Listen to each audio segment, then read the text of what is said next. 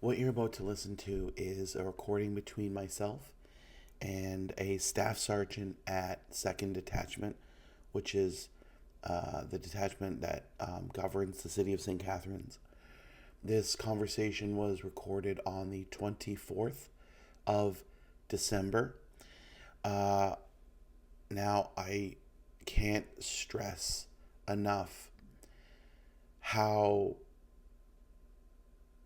expertly, no, that's not right. It wasn't expertly.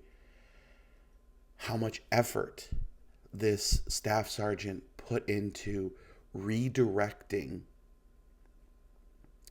my very real concerns over the conduct of one of his charge.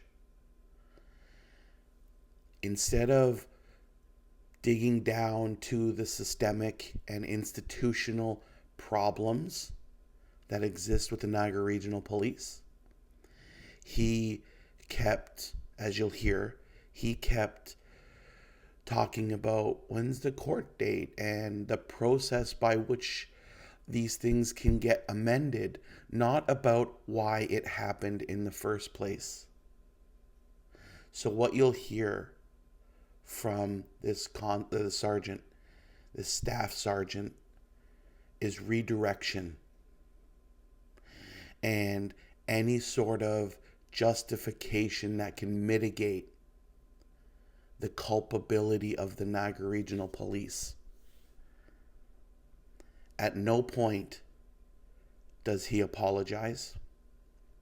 At no point does he make any suggestion that he will put in any effort to make sure that this won't happen again to myself or anyone else who is trans, queer in this city or region.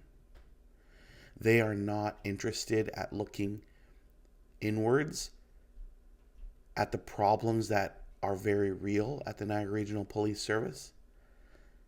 They're more interested in obfuscation and victim blaming. So I wanted to give you a little bit of context. Now, there have been no edits to this original audio file that was recorded on my iPhone. I made no cuts. You will hear me approach the staff sergeant who is behind ballistic glass, hence one of the reasons why it's a little bit more difficult to hear him. And you'll hear me pack up at the end. There have been no edits to make myself look better or the Niagara Regional Police to look worse. In the past, the Niagara Regional Police, in their public statements, often victim blame and say that any video footage that makes their officers look bad have been selectively edited, despite all evidence to the contrary. So I want to make it clear that what you're hearing has not been altered in any way. At the end of this audio recording, this interaction, I'll give you an update as to what's happened since.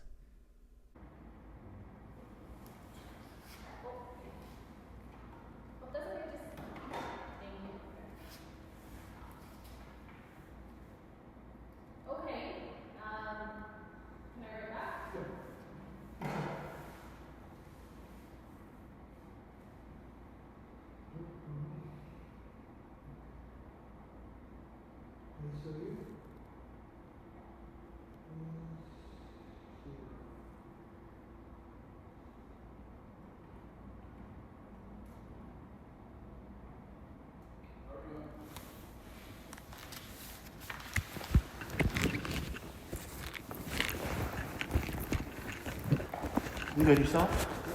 Good. So, just to give you a little bit of background, on October the 2nd, there was an incident. I was verbally attacked and assaulted. I filed on the 3rd of October. I called in, filed a complaint. Grant Bonsignore responded to the call along with Constable Hunter. Now, they took a report. They said that they were going to, I don't know what happens after. I don't know if it goes to detectives or not, but they said they were going to file a report. No charges were filed. Who assaulted you? It's a Niagara Falls resident. His first name's Sandor. I don't know how to pronounce his last name. Why weren't charges laid? I'm not sure. I don't know. Bonsignore never really followed up with me. So I'm not sure if they found that they were facially insufficient or what. But is that what you're looking for, a follow-up to that? No. I filed a peace bond application. The peace bond was accepted some point in October, and it was scheduled for January the 3rd. I'm not sure, but sometime in November, anyway, when the court scheduled the hearing, I requested a copy of the incident so I could submit it as a record with the court. Today I received a copy of the record, and typically what happens is I'll go home, I'll review it, and prepare it for trial. I decided to review the case or the incident report at Niagara Falls Detachment because they submitted DVD and I didn't expect that, so I was just wondering what else was in here. Okay.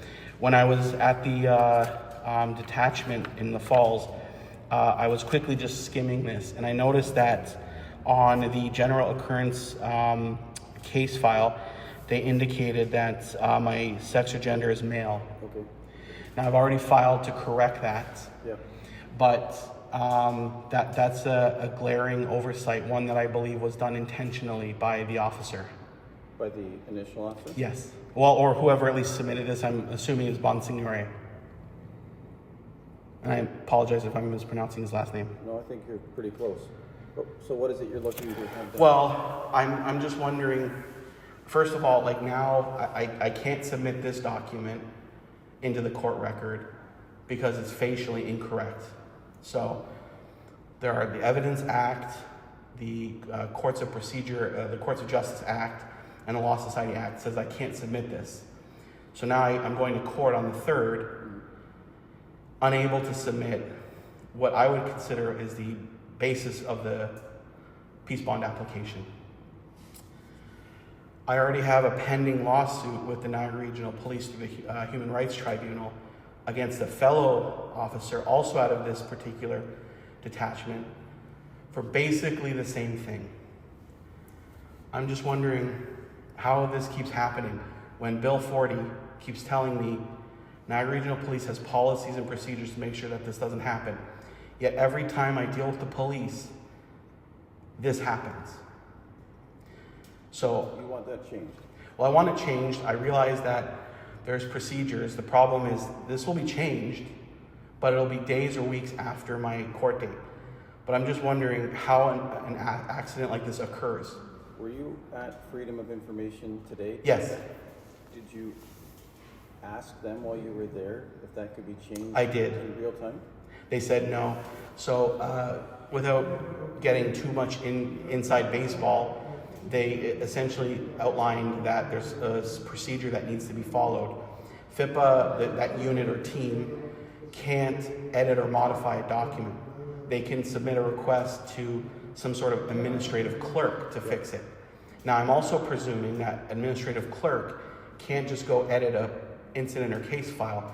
They're going to need to reach out to one or both of the officers, either Hunter or Bonsignore. Did you start that process? I did, okay. yes. With them? Yes. Perfect. And did they give you a timeline? Well, they're going to expedite it, but again, it's going to be contingent on the administrative clerk, whoever handles that, and possibly either Hunter or Bonsignore. So, but I don't want to get into FIPA because the FIPA unit, the FOI unit, they did nothing wrong. They basically just provide me documents that were created by someone either in your direct or indirect command. I just want to back this up though. This incident happens in October, correct? Yes. And you asked for this when? November, I believe it was the 28th of November. So it took 3+ weeks for it to come in? Now, which is typical. Okay. Yeah, FIPA requests normally take 3 to 4 weeks, depending on the complexity. Right. Yeah, and this is fairly easy because it's just officer's field notes and the CAD or occurrence file. Well, clearly you've navigated the who that can help you. It's not me to make that change. I understand that, but I'm just like... You want to bring it to my attention as a supervisor? Yes. Okay. Yeah, because again, when I spoke to Hunter and Bonsignore on the 3rd of October, they came out to my office. I work at the MTO. Yeah. They came over to my office. We had about a 1 hour to 90-minute conversation. Yeah. Early in the conversation, they asked me for their records what my sex or gender is and what my pronouns are. I indicated female, she, her. So I don't know how that somehow translates into male on the complaint form. Did they give you any copies of the notes? Yes. May I see them? Yes. So I don't know who Ragni is, so I'm not sure how this person's involved. Oh. But here are Bonsignore's notes. Okay. Obviously, it's heavily redacted. I'm not 100% sure why. Right. And then here's Hunter's notes.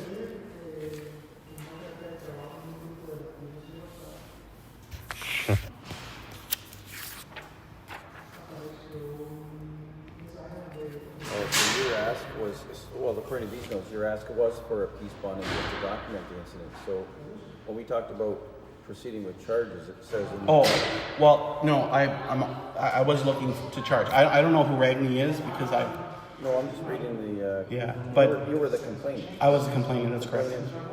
Wanted it documented regarding a police bond. Yeah, because I was always going to intend to file a peace bond, Okay. regardless of whether charges were filed or not. Yeah. To be honest, I don't have a lot of faith in the Niagara Regional Police. When I've been threatened online and off, explicitly or implicitly, the Niagara Regional Police, either their detectives or their uniformed unit, refuse to escalate it up. So I knew that this was likely going to be another case where it was going to go nowhere. So I wanted at least it documented. And I was going to file a peace bond. Fortunately, I have the privilege and resources to be able to navigate the court system, given that I have a law license. But, you know, it shouldn't be on the victim to necessarily pursue, you know, a pre-enquête proceeding.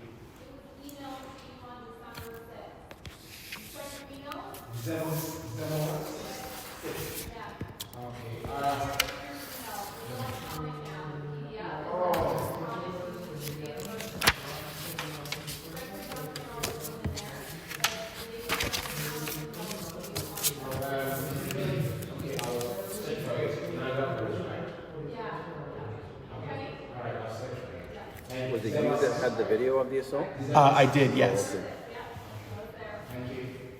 It was filmed, there was one by me, which is just the very end of it. Yeah.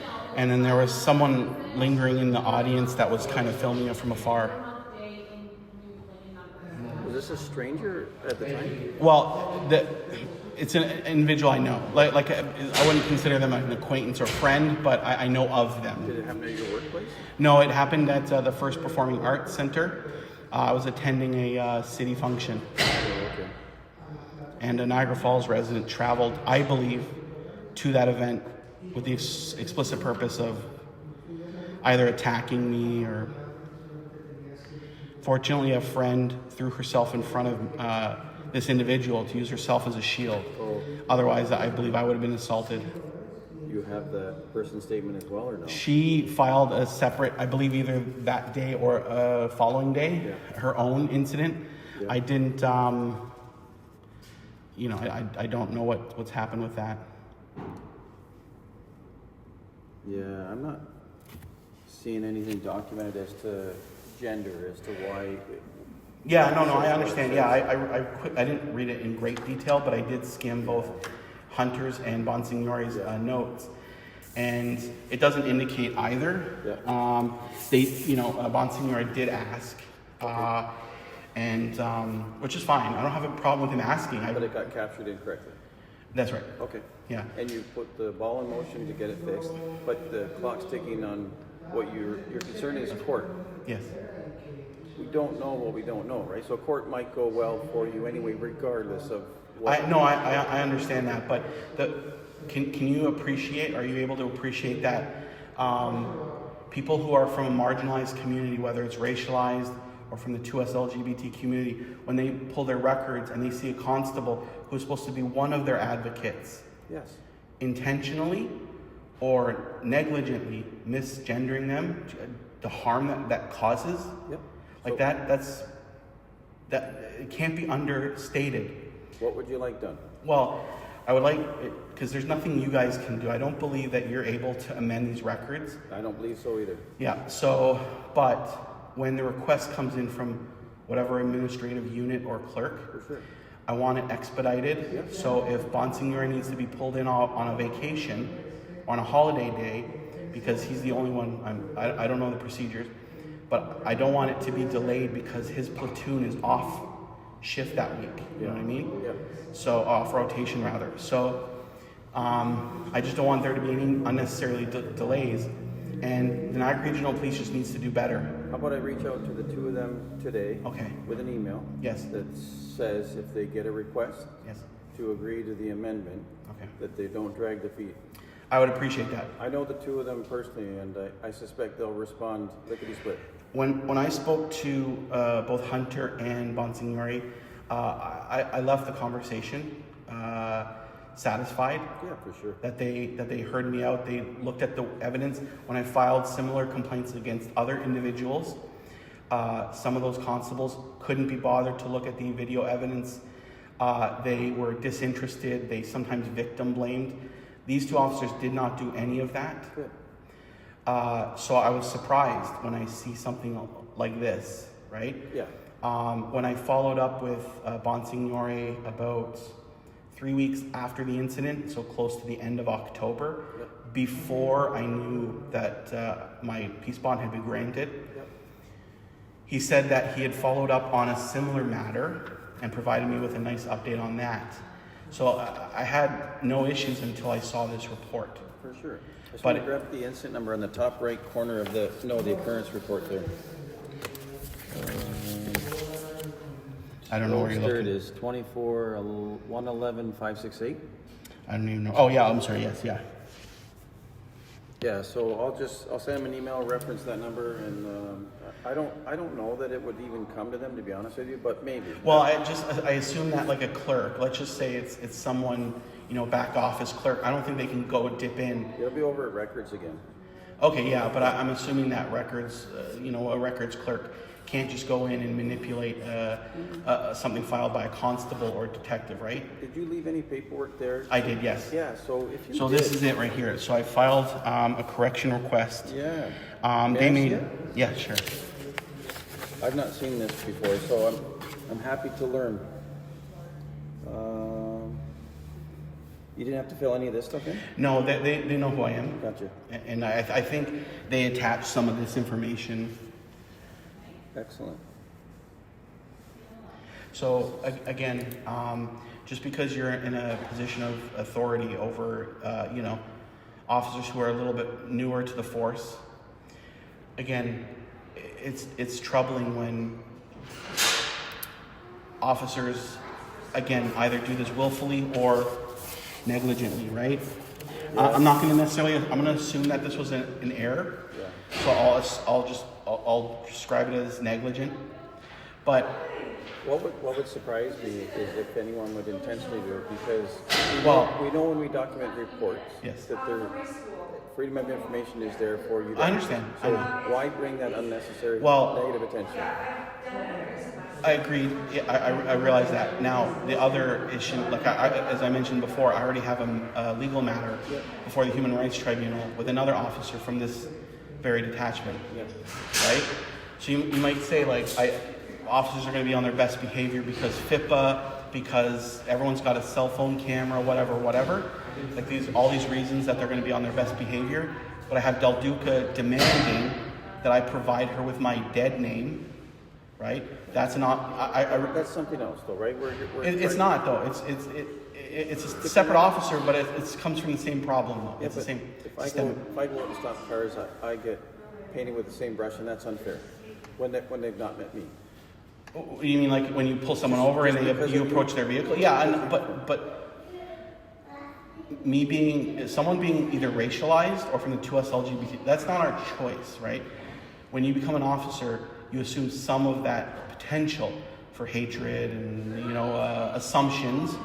And I'll admit from time to time I've grouped certain officers in with one another, but I also make a conceited effort to judge each encounter with an officer as a new and fresh encounter. I think you said this one was pretty good. See, right? I didn't jump down Bonsignore. I didn't rewrite history. I didn't say, I could have said from the beginning Bonsignore was this or that. I didn't. I gave him the credit for being diligent, listening. Hunter was also acted professionally. But,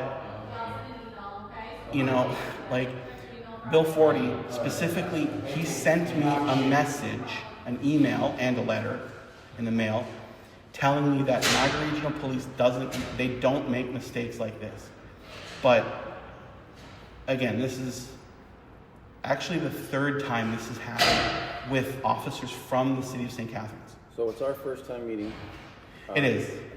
You have my word that I'm going to reach out to these two officers with regards to this incident and ask. Can you take this also up to the chain of command to let them know that this is one more incident where, again, they're through negligence, we'll assume negligence, I'm not going to ascribe any willful malfeasance, but through negligence made an error that is deeply hurtful, okay? Again, just letting them know they have to be on their A game. Do you want to make a complaint with the LECA form? What's LECA going to do? They're going to ask you to investigate yourself. Like if I robbed a bank, and then you ask me, did you rob a bank? What's my answer going to be? I'm going to say no, right? I'm offering it to you. I realize you have to, right? You're required to by law. No, I'm okay because it's going to result in nothing. Your professional standards unit, who I know on a first name basis at this point, they're going to say it was an accident, but that same justification doesn't apply. If I get pulled over tomorrow with an expired driver's license, if I tell one of your constables it was an accident, does that get me out of the HTA citation? No, right? If this was an accident, it still has caused harm, right? Just like me driving on a public roadway without a license or with expired tags or something, it creates harm by negligence for me not realizing my license was expired. Anyway, I don't want to tie you up too long. I'm going to take care of this as best Thank I you. can. Yeah, and I appreciate it. And like I said, I don't know, they got to do better. They got to do better because it's just nonstop. Like every time I've had an incident, I realize that you and I were meeting for the first time, but when I've met three different officers, one a sergeant and two were constables, they've done this. So I'm seeing a pattern, right? And police operate in patterns. Do you have a government-issued document that says exactly what you want it to say, or what it's supposed to say versus what this says? So I don't know what you mean. Driver's license. All my documentation says female. My birth certificate, passport, everything says female. And I provided my driver's license to both. I don't know who looked at it physically. It was Bonsignore Hunter, but that's too bad. When Del Duca, I didn't provide any documentation to her. I purposely refused to identify myself or engage with her in any way. I'm just asking. I understand. I assume that maybe that's where they got it wrong. But that's not where they No, got it's it wrong. not. Yeah, and again, Bonsignore, he specifically asked, right? Okay. Which I don't have a problem with. I prefer him to ask than to assume and get it wrong, right? So, but so if you can just keep that floating in the back of your head, and it's a learning, teachable moment, right? So, all right, thank you. Do you like happy holidays? I'm a Buddhist, but happy holidays is fine. Yeah, absolutely. Thank you. Same to you. Thank you.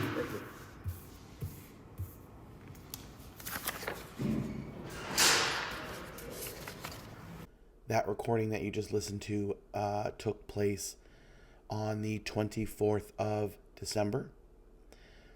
One day later, on the 25th of December, when most people should be spending time with their family and friends, looking back on a year, looking forward to the upcoming year, being hopeful, I had to write not only a lengthy email to the Chief of Police, Bill 40, the professional standards unit that investigate themselves, and several other elected officials within the St. Catharines and Niagara region. I had to write an extensive letter.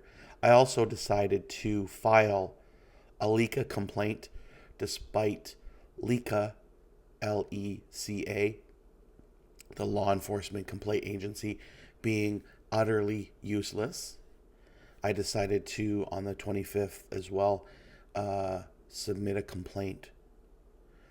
So on the 24th and the 25th, this all took place. In the 19 days since I sent the letter to Chief of Police Bill 40 for the Niagara Regional Police, I have heard nothing back. This is what they do. They ignore, they obfuscate, they stick their head in the sand and pretend problems don't exist. So nothing ever gets done. The Niagara Regional Police will have these open houses where they invite carefully selected citizens in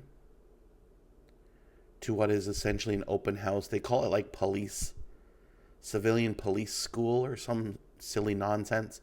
They invite carefully selected citizens in, where they then whine about how tough their job is for 90 minutes and how terrible everybody in the community is. They will invite certain organizations from racialized communities, from the 2SL community.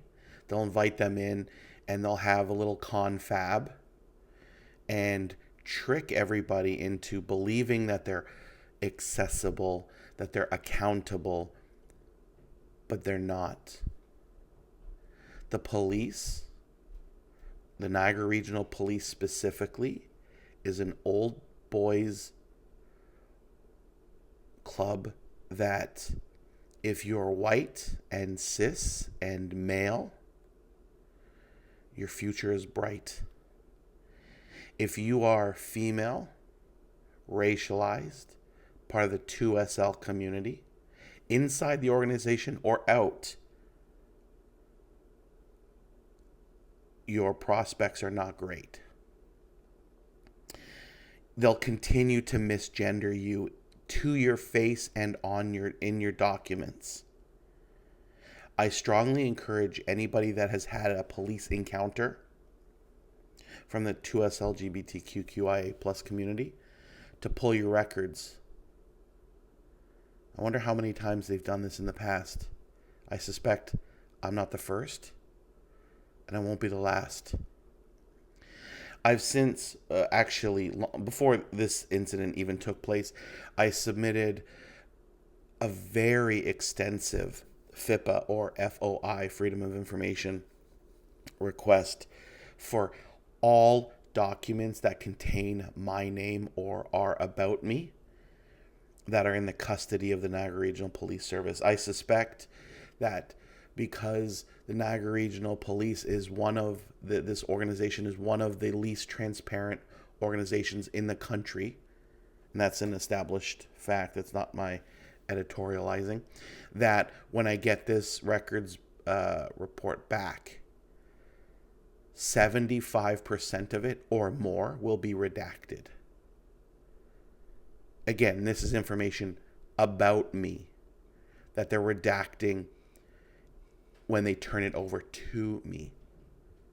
And this isn't someone that has an extensive criminal record. I have no criminal record. I've never been arrested.